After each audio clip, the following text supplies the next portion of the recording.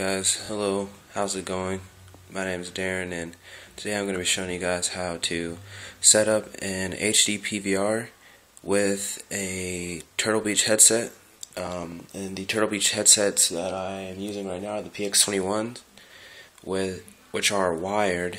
And the PVR that I'm going to be showing you how to do this with is the Avermedia, and it's pretty much the same for a Hauppage if you got a Hauppage. The component cables and slots in the back are all the same, so it is a very similar setup. There's really no major differences at all. So I'm going to tell you before I get started with this is make sure that you install everything that you need from the installation CD that comes in the box, and make sure that you set up your PX21's properly as well. So as you can see here, on the left I have the USB cord that comes with the Avermedia, and then on the right side I have the power source plug that comes with it. So you're going to need that.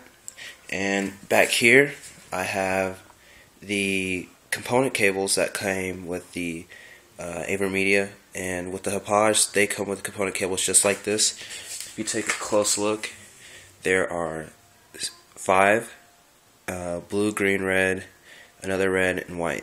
So yeah, and it's the same on the other end.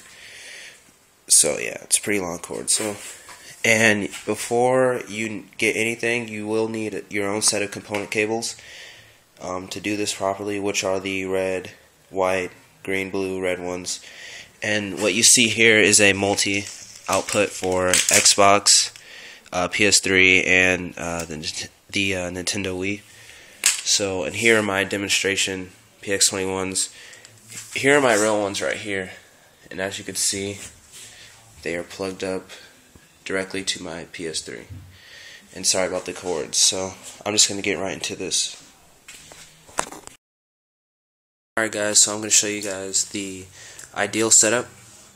Now what you want to do is, if you turn this over, you can see all the colors, and it looks a little bit confusing, but don't get overwhelmed.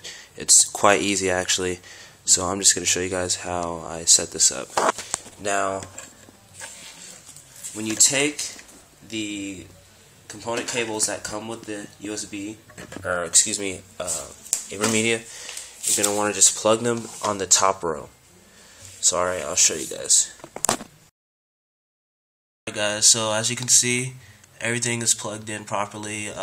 These are Avermedia component cords plugged in right to the top row, and on the other end, if you just follow the cord and see, I just have it in my hand right here. You want to plug it into the back of your HD TV. Most HD TVs look like this in the back with 2 rows, and this bottom row that you see right here are the 2 audio cables that came with the PX21's, or they should come with most headsets actually. So yeah, and then what you want to do is you want to plug these into the top row of these, and I'll come back to you guys once this is plugged up. Alright guys, so I'm back, and what you can see right now is the ideal setup that you want. I have the power source plug plugged in properly, and I have the USB plugged in. It's just not connected to my laptop at the moment, but as you can see, I'm still missing the bottom row of cords, and what you want to do is plug in your PS3 component cords that I showed you earlier. You want to plug that in into the bottom row, and just plug that in normally. And the major difference is that when you plug in the component cables, you're going to plug it into the back, and you're going to run it straight into the Avermedia. You're going to run it straight into the Avermedia end. You're not going to run it into the back of your TV.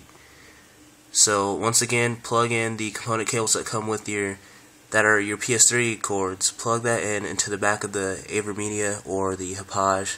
Do not plug it in into the back of the TV. So I'll come back to you guys once I have that set up. I'm back, and I have everything set up. And once again, as you can see, the top row are the component cables that came with the Hauppage or whatever recording system that you have, and the top row cord should go from the Hauppage into the back of your TV, and the component cables that are for your PlayStation 3 or Xbox 360 or Wii or whatever system you have should go from your system into the back of the recording device, in this case the Avermedia, and I have the USB plugged up, and that runs directly into my laptop that I have the software installed into, and I have the power source plugged up, which is this one right here.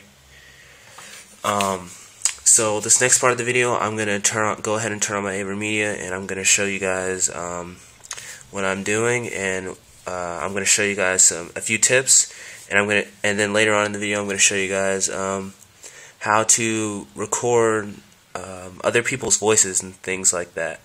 I guess you could say reactions of other people, and hear other people's mic and sound along with the actual video game sound. I'll be back, guys. Alright guys, I'm back, and as you can see here, everything's set up, everything's working properly, and for some people, if not, what you want to go to is display settings and video output settings, and this is all important right here. Component, for me, I go up to 720p because if I play a game, for example, like Call of Duty Black Ops 2, if I were to set my resolution to 1080, which is fully within the range of my TV and my PVR, it will record my Black Ops 2 gameplay in 30 frames per second. I'm not sure why it does that, but when I set it to 720p, it's not that big of a deal for me, but I do get 60 frames per second when I do that. So I don't know if anybody knows why that happens, then feel free to message me. But yeah, 720p, and there's the settings, as you can see, and that's all good.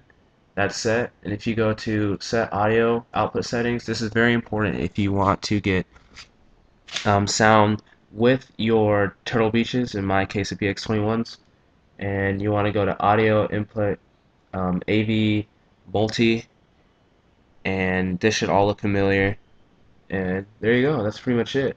I'm not going to finish it because it's already set.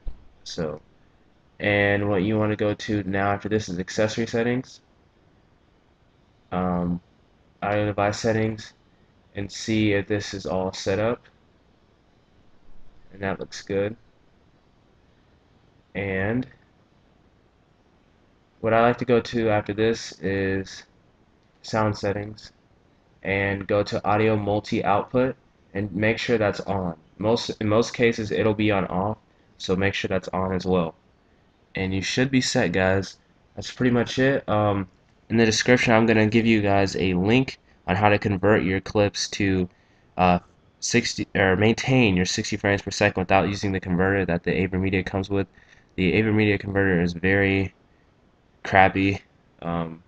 It really doesn't work well at all. So I'm going to give you guys a little link to download this program that I use all the time to help me convert my clips to 60 frames per second and maintain that great quality that we all want to have.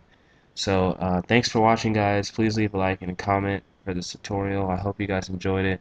Sorry about some of the camera angles and positioning that I might have had. This is my first time doing a commentary like this and tutorial, so please subscribe and have a great Christmas and a great New Year, and I'll see you guys later. Alright, bye.